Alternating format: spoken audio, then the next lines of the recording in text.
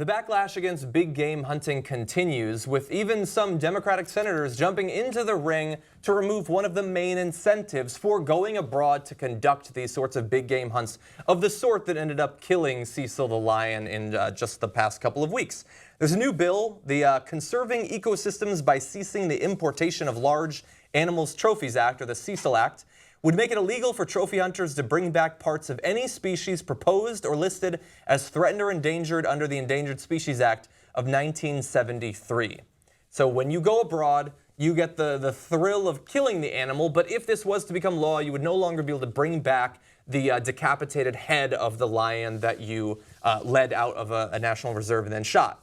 And Senator Bob Menendez, who's one of the sponsors of this bill, says, "Let's not be cowardly lions when it comes to trophy killings. The legislation is a necessary and prudent step that creates a disincentive for these senseless trophy killings and advances our commitment in leading the fight to combat global wildlife trafficking." So look, there's only so much that the federal government in America can do to dissuade Americans from going abroad and conducting this. This is one move that might lead to less big game hunts. Yes.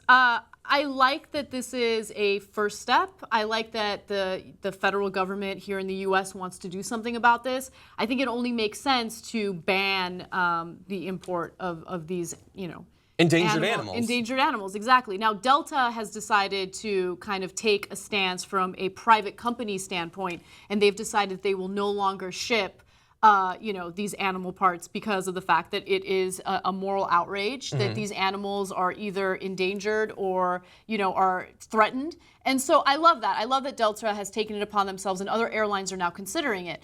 I'm very curious to see whether or not it does have a real impact, because on one hand, yes, they do it for the thrill of killing these exotic animals abroad. But on the other hand, yes, they want to bring the trophy home and they want to be boastful about it, and they feel really proud about the fact that they killed an animal that's not really scared of them, like a lion.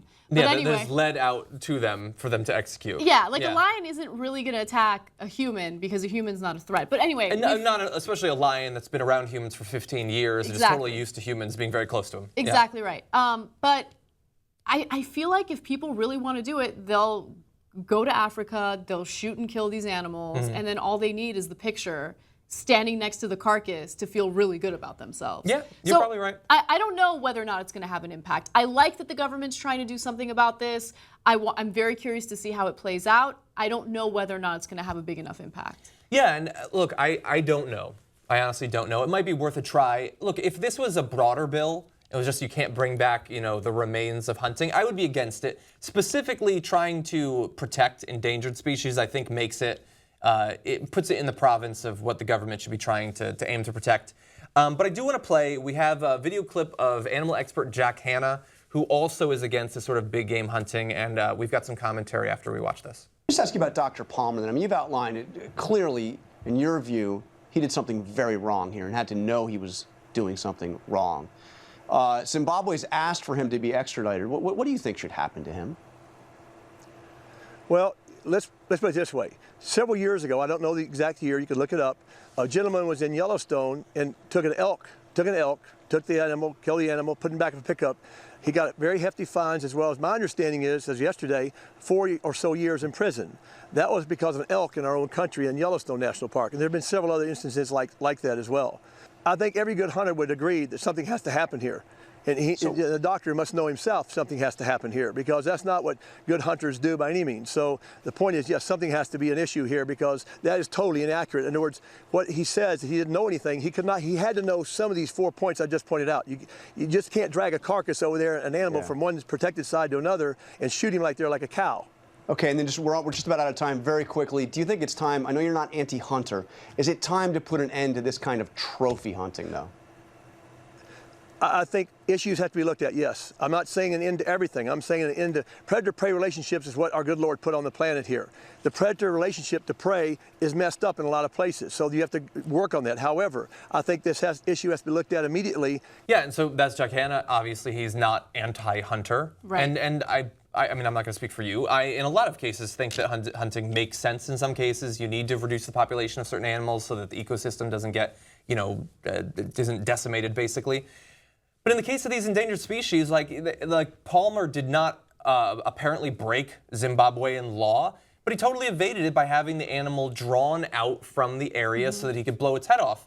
Like, you can't facilitate law breaking. Yeah. And if you're an actual hunter, this is not the sort of hunting that you should want.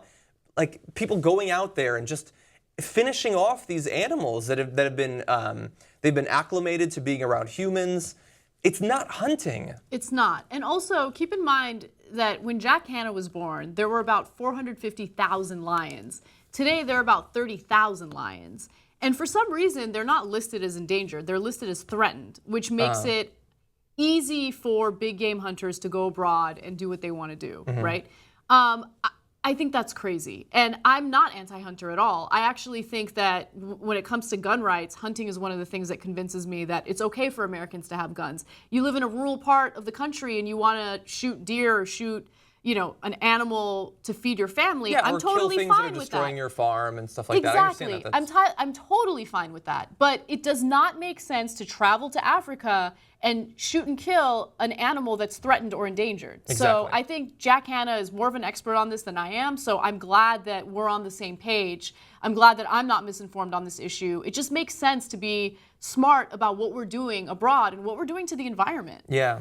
Yeah, and as much as I'm like appalled constantly at the photos that are taken of a person just sprawling their body across the carcass of a dead, once beautiful animal, apparently there's a silver lining to it. Looking at the number of the drop in the population of lions, we're going to need these Instagram photos soon because there's not going to be any more to see in real life.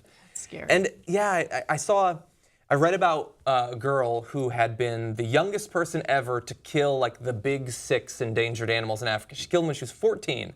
Like a rhinoceros, a lion, and 4 other animals. And then there was this other woman who, she was doing all of these posts, the pictures of her across like dead gazelles, and one, she had a giraffe wrapped around her. And she was like, I can't even describe the feeling I got when I killed this.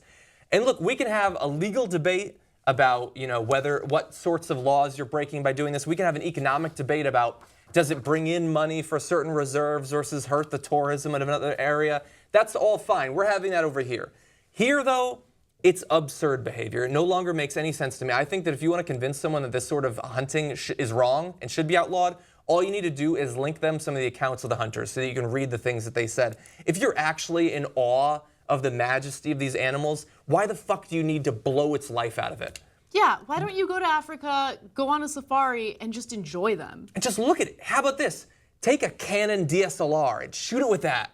Shoot Yeah. it real close, like a big lens. You can get right up in its face with it. Do that. That's definitely Or more maybe get admirable. a fucking paintball gun. If you gotta like track after it and shoot at it, don't kill it. Yeah. And then it'll be there if you want to go back and hunt it again and do another round of how fun it is. It just doesn't make any sense anymore. Killing like a fucking wild boar in Texas that's rooting up your crops or something, that's one thing. Killing deer in the Northeast when there's too many fucking deer and they're gonna eat all the food and then they're all gonna die, that's one thing. But going there so that you can blow the life out of one of the last lions on the planet, that is, you'll say that's primal behavior. Good, leave it there. Leave it back in the ancient primeval past of humanity. It doesn't belong in 2015 America or in this world.